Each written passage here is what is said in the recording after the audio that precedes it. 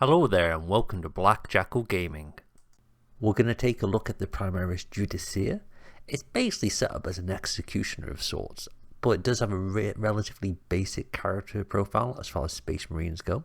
It can join a lot of units, making it quite versatile, and does have a really nice fight first rule for the unit.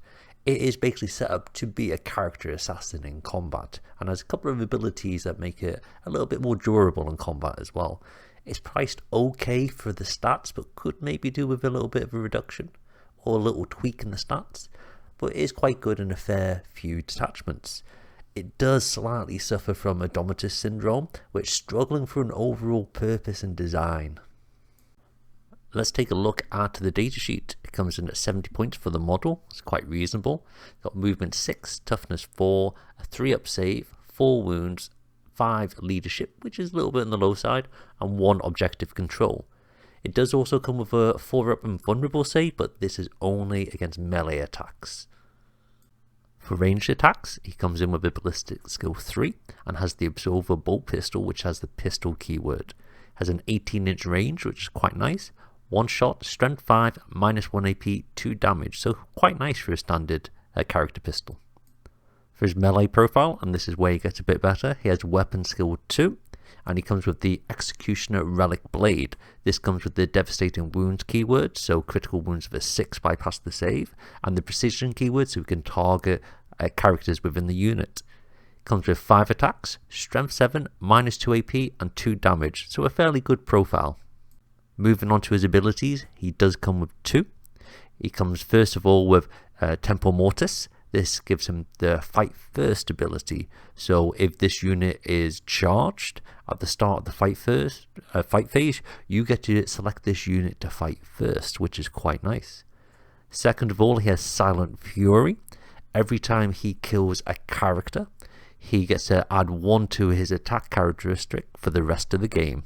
So it's really leading into him being an executioner and trying to target these characters for additional buffs. So what buffs and combos can you give to this guy? Well, he can join a fair few units, being the Blade Guard Veterans, Intercessors, Assault Intercessors, Stern Guard Veterans, and Furnace Squad. He also can join the Tactical Squad, but that's a bit of a waste of the character overall. He is best suited to the melee units because he does give them the fight first ability, so you really want them to have the opportunity to do exactly what they're made to do, really. But if you include them in the Infernus unit, it's quite a good option because not only do they get to Overwatch with those over-hitting Pyroblasters, they also then get to fight first where they don't have a large amount of damage output. However, once they've Overwatched and fought first, and the Judiciar can fight, it's actually quite a bit of damage output you can put out. And then the transports they can ride in a Land Raider, which has a 12 to 16 person capacity. They can ride in all the other transports as well, but this is probably the best one you want to put them in. Depending on which variant of Land Raider you go for, it'd be 12 to 16 persons. And why this is quite good is because you get to charge after you've left the Land Raider once it's made a normal move, which is very nice, so it allows you to get into combat early on when you're in that combat unit. There's a couple of detachments that he plays quite well into. First of all, we have the Vanguard Spearhead. Now, the detachment rule for this detachment is that when you're outside of 12 inches and you're targeted, you're minus 1 to hit and you gain the benefits of cover, so you reduce that incoming AP. And there's a piece of war gear that you can put on him, which is quite nice. This gives the unit the Infiltrator's keyword, so you can set up in no man's land, 9 inches outside of the deployment zone, and 9 inches away from enemy models in your deployment zone. So it gives you the opportunity to have that early game board control or get off those turn 1 or 2 charges. And then there's a stratagem that's quite nice. If you are going down the route of trying to target characters, you have the Surgical Strike keyword, which gives all melee weapons within the unit the Precision keyword. So not only can he target the characters within the unit, you've then also got potentially your Assault Intercessors or your Blade Guard Veterans that can target as well, which should mean these guys are quite good at wiping out characters. Next up, we have the Stormlance Task Force, which is the White Scars detachment. The detachment rule allows you to advance and fall back and still declare a charge. There's a piece of war gear called Portents of Wisdom, and this allows you to re-roll advanced rolls for the unit, making it a little bit more efficient in your movement and really dedicating this unit to melee charges and getting them in nice and early. There's a good strat called Blitzen's Fusillade. You gain the assault keyword on your weapons, and if you've already got the assault keyword, if you're taking say intercessors for example, then you gain sustain hits 1 as well. Finally, we have the Gladius Task Force. This comes with the combat doctrines, so what you're going to be utilizing mainly is the assault doctrine for the advance and charge. There's a piece of war gear to really buff this guy up called the Honor Firmament. You get +1 to the strength and attacks characteristic for the model, and if you're in the assault doctrine, then it's +2 to strength and attacks, really allowing this guy to target those tougher to hit characters and units and really push that damage out.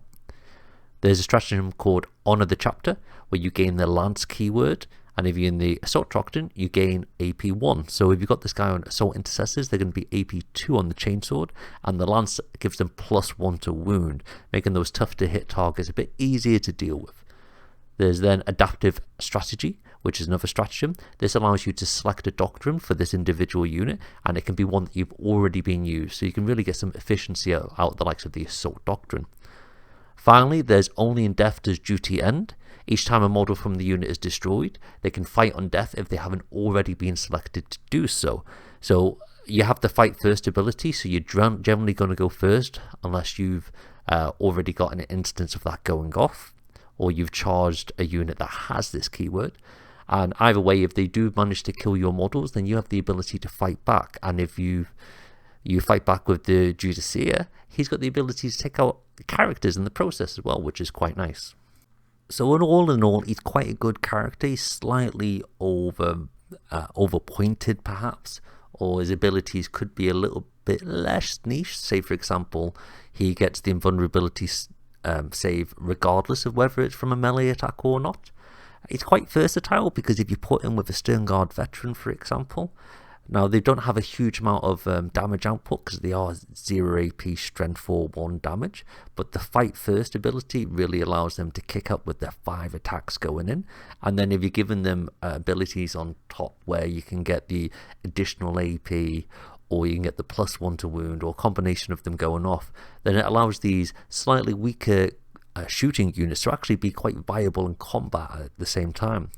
But you're probably going to get the best amount of efficiency out of this guy if he is in the Blade Guard veterans or the Assault Intercessors, because you can have the ability to target tougher units to take care of, and when you are buffing with +1s to wound and you've got Oaths of Moment going off, you've really got the ability to really eat in deep into some of these toughness 10, toughness 11 units and end up doing a lot of damage to them, if not killing them.